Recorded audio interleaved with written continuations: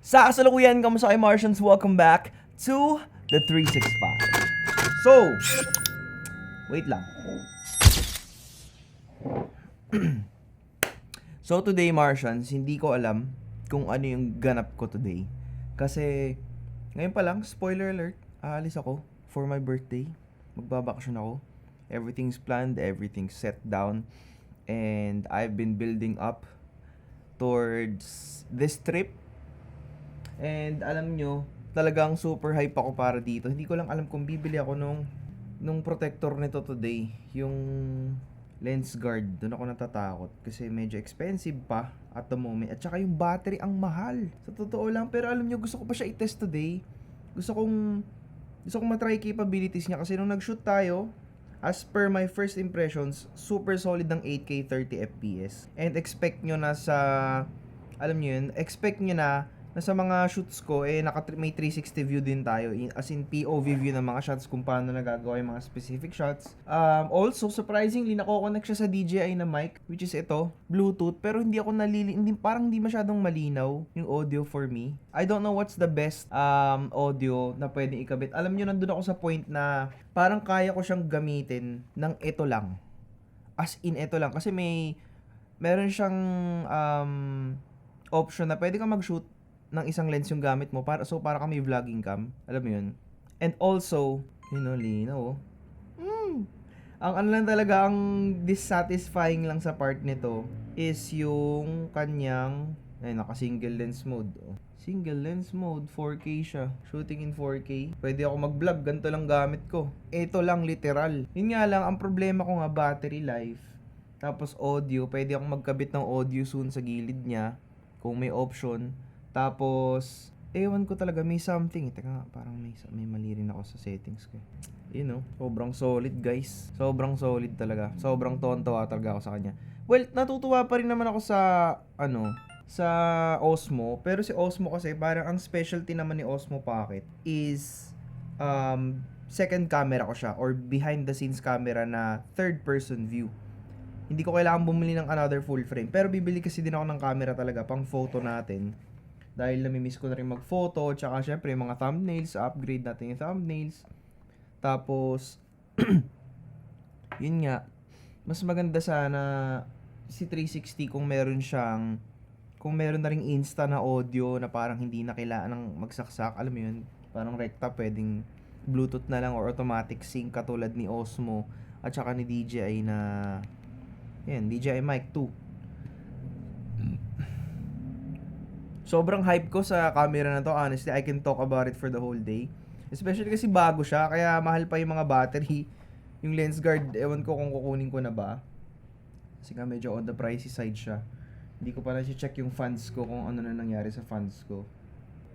But yeah, overall, battery life not bad. Yun nga lang talaga kailangan bumili. Nasa halagang 3,000 pesos pa yung battery niya. Doon ako nagbabad trip. Kasi wala pa yung mga third party batteries. Pero ang durable ng pakiramdam, ang premium din ng feel. Bibilang ko pa siya ng cage, lens guard, extra batteries, other accessories na pwede pang mount sa camera, pang mount dito sa dibdib, ganun. Kaya ako makakabili ng lens guard ngayon. So, pero tingnan natin kung ano magiging ganap natin today kasi mukhang today is a blank slate. So, kung anong pwede natin gawin. Let's go. Okay. Eto. So, tapos na ako mag-shoot. Nag-shoot ako ngayon ng content para sa pangsalo ko lang. Sa 15, 16, 17, 18, nag-shoot ako ng content para sa inyo. Kasi baka nga hindi ko ma-upload ng same day yung vlog na mangyayari sa 15, 16, 17, 18 dahil ang daming ganap nun for sure. And yun, sana magustuhan niyo pa rin kasi pag alam yung medyo mawawalan tayo ng disenyo o ng ganap, syempre doon tayo sa lesson. Kumbaga parang share muna tayo ng inputs, share tayo ng learnings para alam mo yun, hindi palaging puro kalokohan tayo. Yun lang masasabi ko. Kaya today nag-shoot ako kakatapos ko lang, medyo brain fog na ako. Kailangan mag-workout. Mag-workout ako para malinaw ulit ang everything. So, gusto ko rin sana gumawa ng review ng Insta, but I think after na ng trip ko, para talagang may content tayong ilalabas. Or alam mo yun, meron tayong mga footage na ilalabas sa instances kung saan mostly dapat ginagamit yung Insta360. At nasa yung Insta360 ko. Gusto ko sana lumakad ngayon pero kailangan kong mag-mind wipe muna at saka maggawa ng mga kailangan kong gawin. Yun. Let's see, let's go. Ito yung sinasabi ko sa inyo. Tinesting ko yung DJI microphone sa 1X5. So, kayo na husgahan ko rin sa editing. Tapos na ako mag-shoot. Ang dami kong sinut. 3 content yun. Actually, nakapag-shoot na ako nung nakaraan nung pang-4. So, may 4 na tayong upload na nakabang. Just in case na super hina ng internet sa lugar na pupuntahan ko. Well, ngayon, mag-workout muna ako.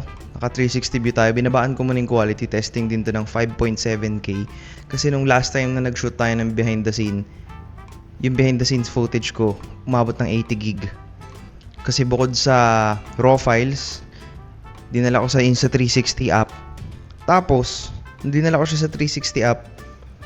Kailangan mo pa siya syempre i-export ng kung saang angulo mo gusto nakatutok. So, after nun, nangyari yun. Ayun, 70 gig, total 140 gig. Raw files plus exported files. Ngayon, pwede na lang ako maglakad-lakad ng paikot-ikot, di ba? Pwede lang akong, itong clip na to, pwede ko lang i-track sa akin, tapos susundan na yung mukha ko kung saan man ako nagpupunta. And also, binabaan ko yung quality this time, ginawa kong 5.7K plus, I think. Nga natin.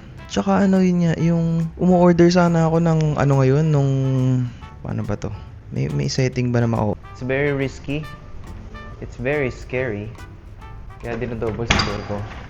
First time owner ng Insta360 Extended. Let's go. Tatas na bitawan, no? Pinaulanan. 1, 2, 3, 4. Okay na yan. Hindi pa ako nakakapag guys. Nakakabili ng screen protect, ng lens guard. At saka ng screen protector. Umuulan na naman. Buti na lang di kami natuloy ni Julian ngayon at saka ni Mark. Kasi yun, umutulad yan, umuulan.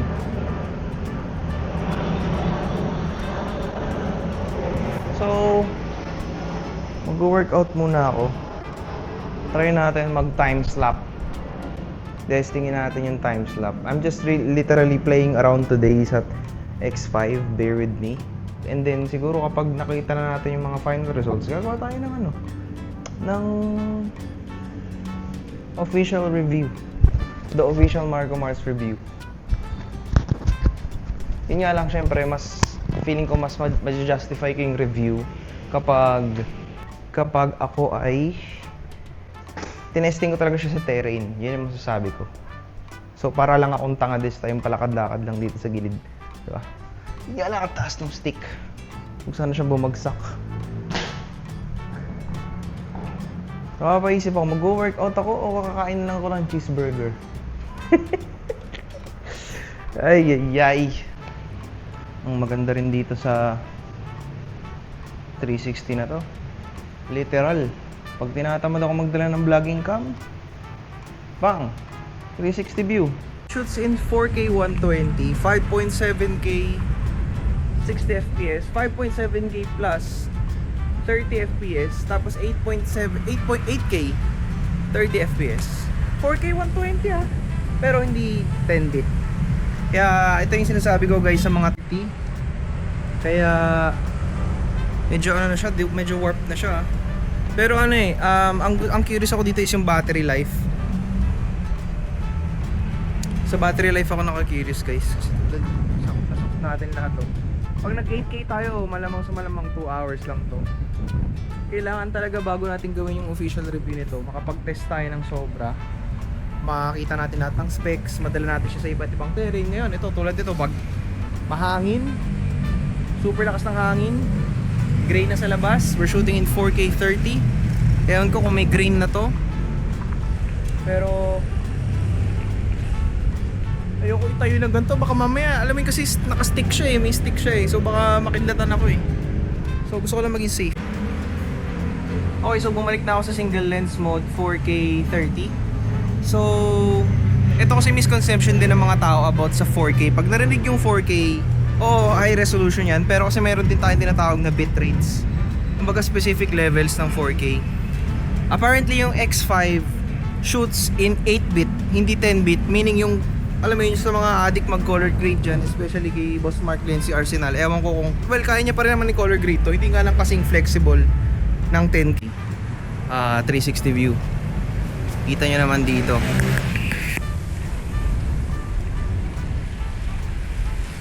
Uy, nakakatakot, man. Grabe, lakas na hangin. Kita nyo naman, banda doon. Mga kaibigan, nandito po tayo ngayon sa Bacoor, Cavite. At sa nakikita nyo po sa aking likod, no? Napakalakas na po ng ulan. Mga kaibigan, lili pa rin na ho ako. Tinatangay, mukhang ano po napakayabang po ng bagyong to. Huwag naman sana bagyo, guys. Huwag naman. Mag-birthday naman ako. Huwag naman bagyo. Anyways, ayan. Wind test. Diba, mahangin. Ganda ba audio? O, kita nyo yung aeroplane? Diba? Traffic time slap. Let's go. Ayan, lakas ng hangin. Kailangan kong stay dito at alalayan yung camera.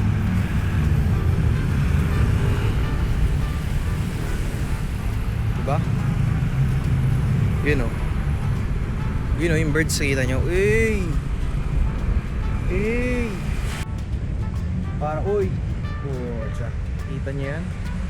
Grabe. Pwesto lang uy! Yun o. Pucha. Magandang guhitan lang, Lord. Pabayralin niyo ako, Lord.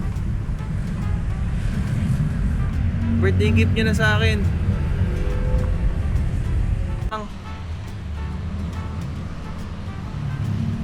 Magandang guhitan lang, Lord. Pabayralin niyo ako, Lord. Birthday gift niyo na sa akin.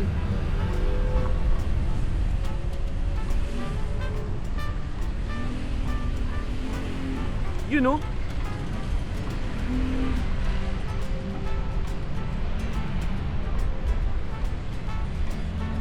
I think okay na ako dun. O isa pa. Medyo maganda, Lord, yung letter M.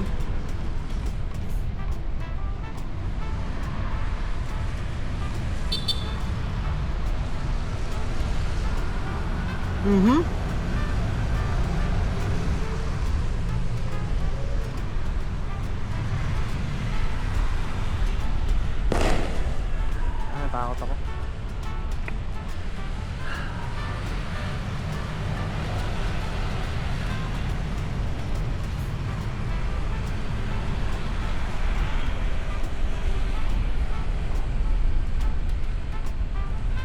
This is probably one of the most stupidest things I've ever done in my life. Mag-aabang ako ng kidlat na makukuha. Uy! Isa lang, Lord, isa lang. Isang magandang guhit lang. Medyo malinaw lang po. Para sa 360 ko. Hear me out.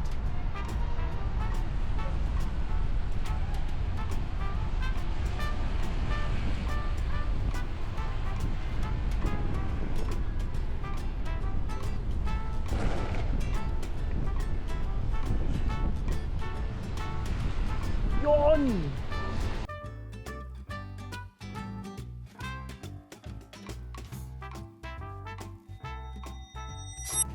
So, ayun Martians, yun nga, na-try na nating mag-capture ng thunder in 8K pero in low light. So, inano ko siya, in-AI denoise ko siya kasi sobrang noisy. So, as usual, syempre yung mga gantong klaseng sports action cam, hindi talaga ganun ka-efficient sa low light pa. Kaya highly recommended ko na as much as you can, wag mong gagamitin sa low light kung ayaw mong ma-bad trip sa results.